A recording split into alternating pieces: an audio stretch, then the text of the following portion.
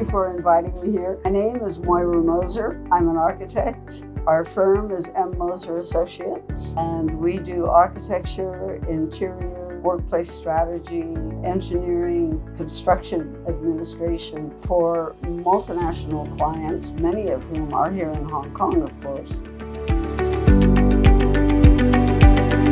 It was quite a surprise to me, and I was quite honored.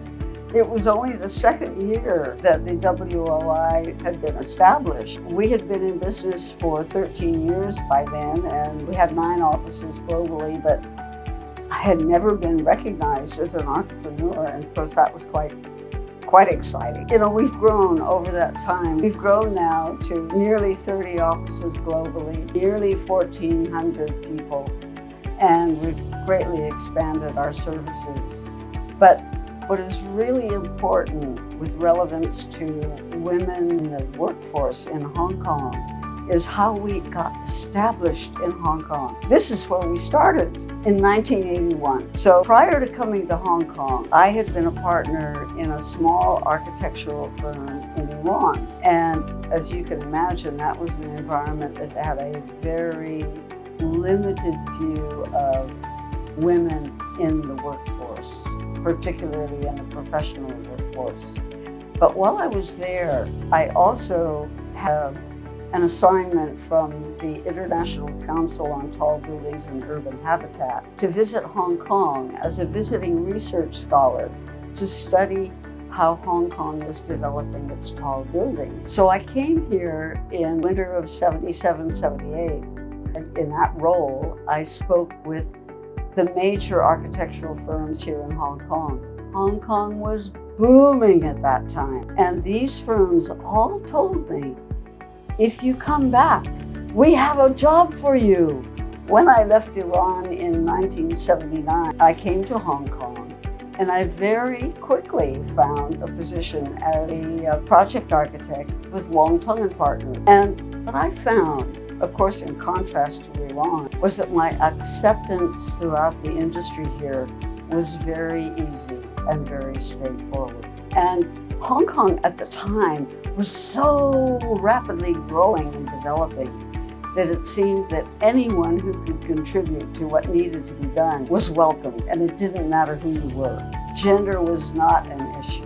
So the reason that Hong Kong was growing so rapidly then was because it was the entrepot to China, and Western businesses couldn't yet work in China, so they wanted to establish themselves here in Hong Kong. And what I did, I came to the AmCham lunches, and I talked to many of these businessmen, and I saw an opportunity. They wanted to establish here in Hong Kong so they could be close to China and be ready to jump when they could. But they needed offices that reflected their own businesses and the way they worked. And that was a need that was not being fulfilled.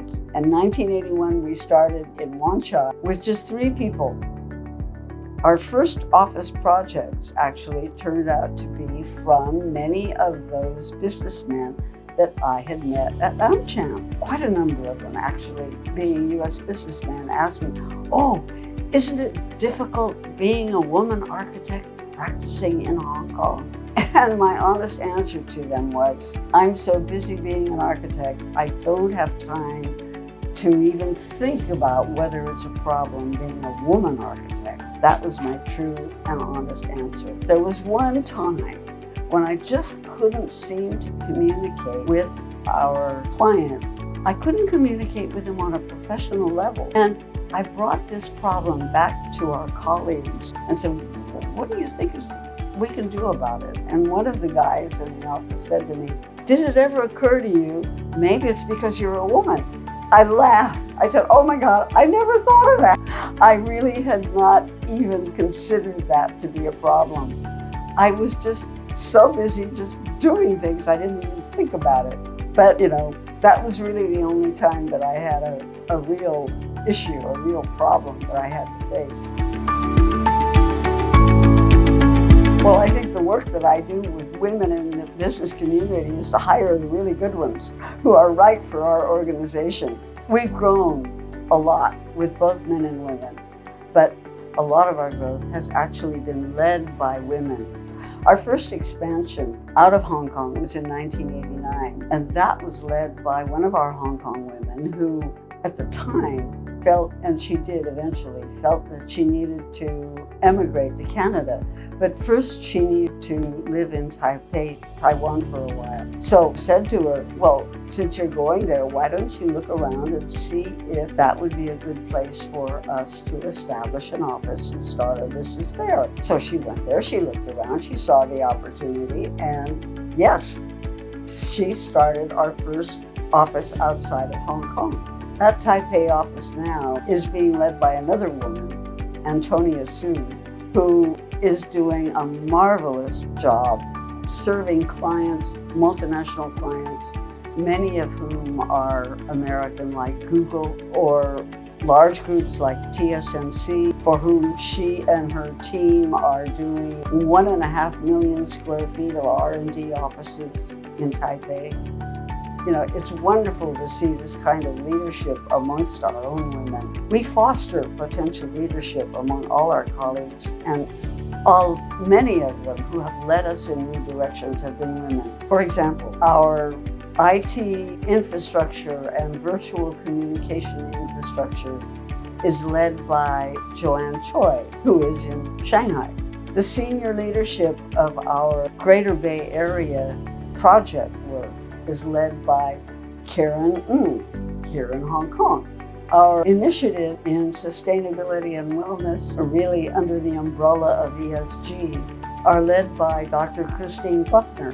And our Australia presence was actually established by Wendy Leung, who was with us for about 20 years in Hong Kong before taking up the challenge to return to Australia and establish our presence there. So you can see that we have a lot of women that we have found here in Hong Kong who have really helped us to grow a great deal. I wanted to tell you that globally, we design workplaces, and globally in the workplaces that we create for our clients, we really endeavor to create environments for them that will be welcoming for women in their workforce. And that includes things like mother's rooms for nursing mothers, or it includes relaxation rooms, which of course can be used by their male staff as well.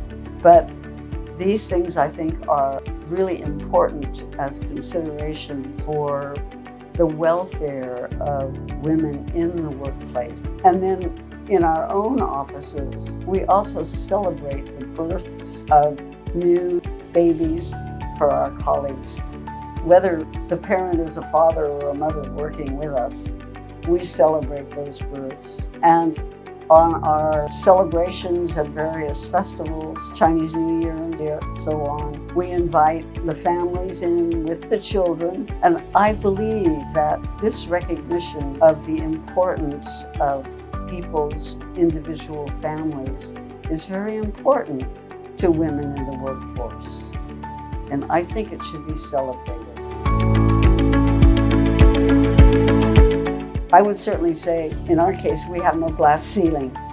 Basically, we recognize capabilities, and I think all businesses should recognize capabilities that align with their values of the firm. That's my best recommendation to other businesses, to take advantage of the capabilities and the talents that so many women have.